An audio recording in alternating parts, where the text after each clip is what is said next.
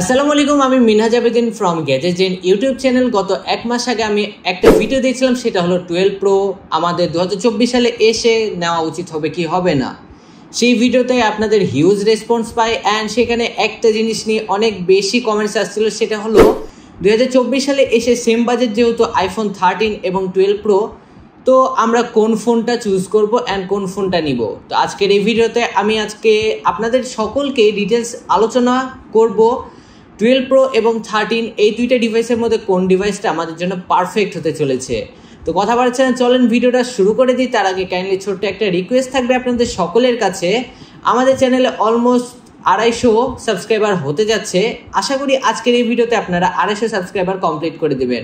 তো অবশ্যই ভিডিওটিতে একটি করে লাইক করে দিবেন, তার সাথে অবশ্যই একটি করে সাবস্ক্রাইব করে দিবেন অ্যান্ড কমেন্ট বক্সে জানাবেন আজকের এই ভিডিওটা কেমন লেগেছে।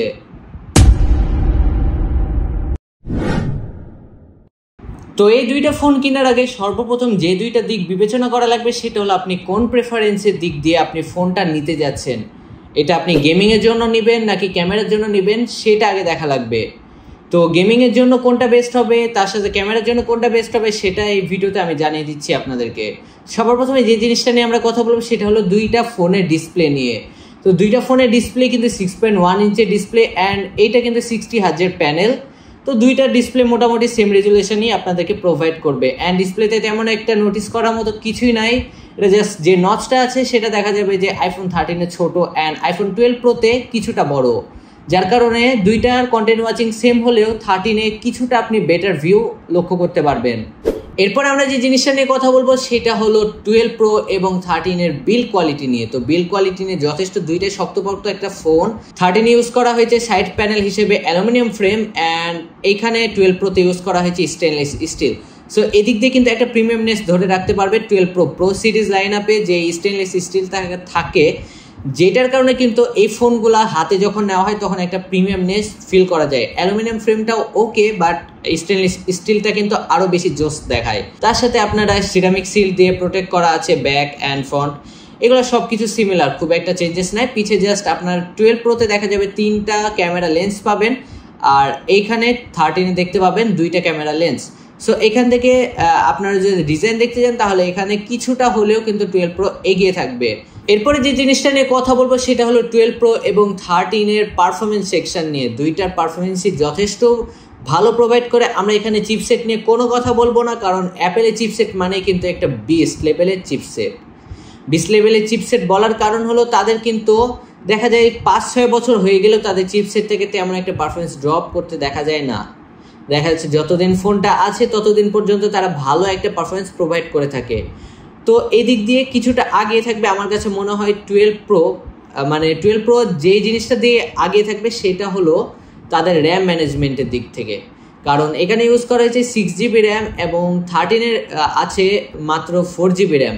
বাট আরেকটা দিক দিয়ে আপনাদেরকে বলবো, চিপসেট যেহেতু আপগ্রেড মানে 1 বছর এক্সট্রা আপগ্রেড আছে, যার কারণে কিন্তু 13 কিছুটা হলেও আপনাদেরকে পারফরমেন্সে খুশি করবে। মানে আপনারা যখন গেমিং করবেন, সিঙ্গেল অ্যাপ রান করবেন, তখন অবশ্যই 12 প্রো এর থেকে কিছুটা বেটার পারফরমেন্স আপনাদেরকে প্রোভাইড করবে 13 এই ফোনটিতে। এটা যখন গিগবেঞ্চ মার্কগুলো আপনারা দেখবেন তখন 12 প্রো এর তুলনায় কিন্তু 13 কিন্তু কিছুটা হলেও বেশি ব্যাকআপ আপনাদেরকে প্রোভাইড করতে পারবে। আর যদি আপনারা একসাথে অনেকগুলো অ্যাপ ব্যাকগ্রাউন্ডে রান করে রাখতে চান তাহলে কিন্তু 12 প্রো কিছুটা, খুব একটা বেশি না, বাট কিছুটা আপনাদেরকে ব্যাকআপ হিসেবে দিতে পারবে। সো এদিক দিয়ে আপনারা বুঝতে পারছেন যে কোনটা কোন দিক দিয়ে ভালো। নেক্সট যে জিনিসটা নিয়ে সব থেকে বেশি আপনারা প্রশ্ন করেছেন 13 ক্যামেরা ভালো নাকি 12 ক্যামেরা ভালো। সো এটা নিয়ে ডিটেলস আলোচনা আপনাদেরকে এখন করছি। তার আগে কাইন্ডলি একটা করে রিকোয়েস্ট থাকবে, অবশ্যই ভিডিওতে একটি করে লাইক করে দেন। আপনারা যেহেতু এখন পর্যন্ত ভিডিওটা দেখছেন মানে অবশ্যই আপনাদের কাছে ভিডিওটি ভালো লাগছে, ভালো লাগলে অবশ্যই একটা লাইক, তার সাথে কমেন্ট বক্সে কমেন্ট করে দিবেন অ্যান্ড অবশ্যই চ্যানেলটিকে একটি করে সাবস্ক্রাইব করে দিবেন। সাবস্ক্রাইব করে দিলে আমাকে সেটা অনেক পরিমাণে মোটিভেট করে অ্যান্ড নিউ ভিডিও বানানোর জন্য অনুপ্রেরণা যোগায়। কথা বাড়াচ্ছি না, চলেন ক্যামেরা সেকশনে চলে যাই। 13 ইউজ করা হয়েছে দুইটা লেন্স, একটা হলো এইখানে ইউজ করা হয়েছে মেন সেন্সর আর আরেকটা হলো ওয়াইড অ্যাঙ্গেল লেন্স। অ্যান্ড 12 প্রোতেও same wide angle and main sensor, তার সাথে এক্সট্রা আছে আপনার টেলিফোটো লেন্সের কারণে কিন্তু আপনারা দেখতে পাবেন পোর্ট্রেটটা কিন্তু 3x পর্যন্ত জুম অপটিক্যাল আপনারা ধরে রাখতে পারবেন। অ্যান্ড ওইটার কারণে আপনার যে ব্লারটা আছে, ব্লারটা কিন্তু 13 তুলনায় কিন্তু অনেক বেশি ভালো প্রোভাইড করতে পারবে অ্যান্ড দেখেও মনে হবে যে এটা লেন্স দ্বারা ব্লাডটা করা হয়েছে, আর্টিফিশিয়াল টাইপ কিছু লাগবে না। বাট 13-এ কিছুটা সেটা মনে হবে না অ্যান্ড সেটা থেকে আপনারা জুম করতে পারবে না। আই মিন 13-এ 12 Pro এর মতো 3x জুম পাবেন না, যার কারণে আপনারা যদি পোর্ট্রেট শট নিতে চান তাহলে অবশ্যই কিন্তু আপনারা 12 Pro বেছে নিতে পারেন। আরেকটা জিনিস লক্ষ্য করার বিষয় সেটা হলো 13-এ আপনারা কিন্তু সিনেমেটিক লুকস পাবেন অ্যান্ড 12 Pro-তে সেটা পাবেন না। বাট আমার কাছে মনে হয় 13-এর সিনেমেটিক লুকসটা খুব একটা কাজের না। আমার কাছে বেসিক্যালি যেটা মনে হয় 13-এর যে সিনেমেটিক্সটা আছে সেটা দেখে খুব একটা ভালো লাগে না, আর্টিফিশিয়াল টাইপ লাগে। সো আপনারা যদি সিনেমেটিক চান তাহলে অবশ্যই 13 দেখতে পারেন। বাট আমার কাছে মনে হয় যে এটা খুব একটা দরকার নাই। আপনারা যারা পোর্ট্রেট শট ছবি তোলেন এদের জন্য 12 Pro-টা বেস্ট আমার কাছে মনে হয়।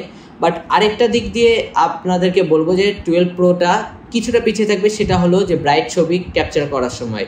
13-এ কিন্তু ব্রাইট ছবি আপনাদেরকে এক্সট্রা ব্রাইট আপনাদেরকে প্রোভাইড করতে পারবে, বাট 12 Pro-তে কিছুটা ডাউন হবে। বিশেষ করে রাতে যখন আপনারা ছবি তুলবেন তখন এটা লক্ষ্য করতে পারবেন যে 13টা কিছু বেটার অপশান আপনাদেরকে প্রোভাইড করছে। তো ক্যামেরার দিক দিয়ে আপনারা যদি নিতে চান তাহলে আমার রিকোয়েস্ট থাকবে আপনারা দুইটাই চেক করে নেবেন কোনটা আপনার কাছে ভালো লাগছে। আমাকে যদি বলা হয় ক্যামেরার জন্য কোন ডিভাইসটা, তাহলে অবশ্যই আমি বলবো 12 Pro, কারণ এটা একটা লেন্স এক্সট্রা আছে যেটা দিয়ে অনেক কিছু কাজই করা যাবে। এরপরে যে জিনিসটা নিয়ে কথা বলবো সেটা হলো 13 এবং 12 Pro এর ব্যাটারি সেকশন। এইটাই হিউজ একটা ডিফারেন্স তৈরি করে ফেলে দুইটা ডিভাইসেই। আপনারা লক্ষ্য করবেন যে 2800+ 12 Pro-তে ইউজ করা হয়েছে mAh এর ব্যাটারি অ্যান্ড সব থেকে ভালো ব্যাটারি এক্সপিরিয়েন্স করতে পারবেন আইফোনের যতগুলো সিরিজ আছে তাদের মধ্যে। হ্যাঁ, এটা কিছুটা বর্তমান যুগে এসেও আইফোন কিন্তু কিছুটা পিছিয়ে আছে ব্যাটারির দিক দিয়ে। তারপরেও কিন্তু বলবো 12 Pro এর তুলনায় 13টা কিন্তু অনেক বেশি ভালো ব্যাকআপ আপনাদেরকে প্রোভাইড করবে। 12 Pro এর থেকে 2 থেকে 3 ঘন্টা অনায়াসে এক্সট্রা ব্যাকআপ আপনাদেরকে প্রোভাইড করতে পারবে 13 এই ফোনটিতে। সো ব্যাটারি ব্যাকআপ নিয়ে যারা প্যারা খান তারা অবশ্যই অ্যাভয়েড করবেন 12 Pro-টা। 12 Pro-টা জাস্ট আপনারা যদি নিতে চান তাহলে ফটোগ্রাফির জন্য বেস্ট একটা ফোন, বাট আপনারা যদি ব্যাকআপ বা পারফরমেন্স সব দিক বিবেচনা করতে চান তাহলে অবশ্যই বলবো আপনি 13-এ যান। সো আপনারা হয়তো এই সকল কিছু থেকে বুঝতে পারছেন যে আসলে কোনটা কোন দিক দিয়ে এগিয়ে আছে আর কোনটা নিলে আপনার জন্য পারফেক্ট হবে। আমি জাস্ট আপনাদেরকে ডিভাইসগুলো সম্পর্কে ডিটেলস আলোচনা বুঝিয়ে দিলাম যে কোনটা নিলে আপনার জন্য ভালো হতে পারে অ্যান্ড কোনটার পারফরমেন্স কোন জায়গায় বেটার, কোনটার পারফরমেন্স কোন জায়গায় কমতি আছে সেটা ছোট্ট করে আপনাদেরকে ক্লিপের মাধ্যমে জানিয়ে দিলাম। তো এই ছিল মোটামুটি ভিডিওটা। কেমন লেগেছে কমেন্ট বক্সে জানান। অবশ্যই চ্যানেলটিকে একটি করে সাবস্ক্রাইব করে দিন অ্যান্ড আপনাদের জন্য ছোট্টখাটো একটা গিভওয়ে অ্যানাউন্সমেন্ট নেক্সট ভিডিওতে ইনশাল্লাহ নিয়ে আসার চেষ্টা করবো। তো দেখতে থাকেন গ্যাজেটের ইউটিউব চ্যানেল। দেখা হচ্ছে নতুন কোনো আর একটি ব্র্যান্ড নিউ ভিডিওতে।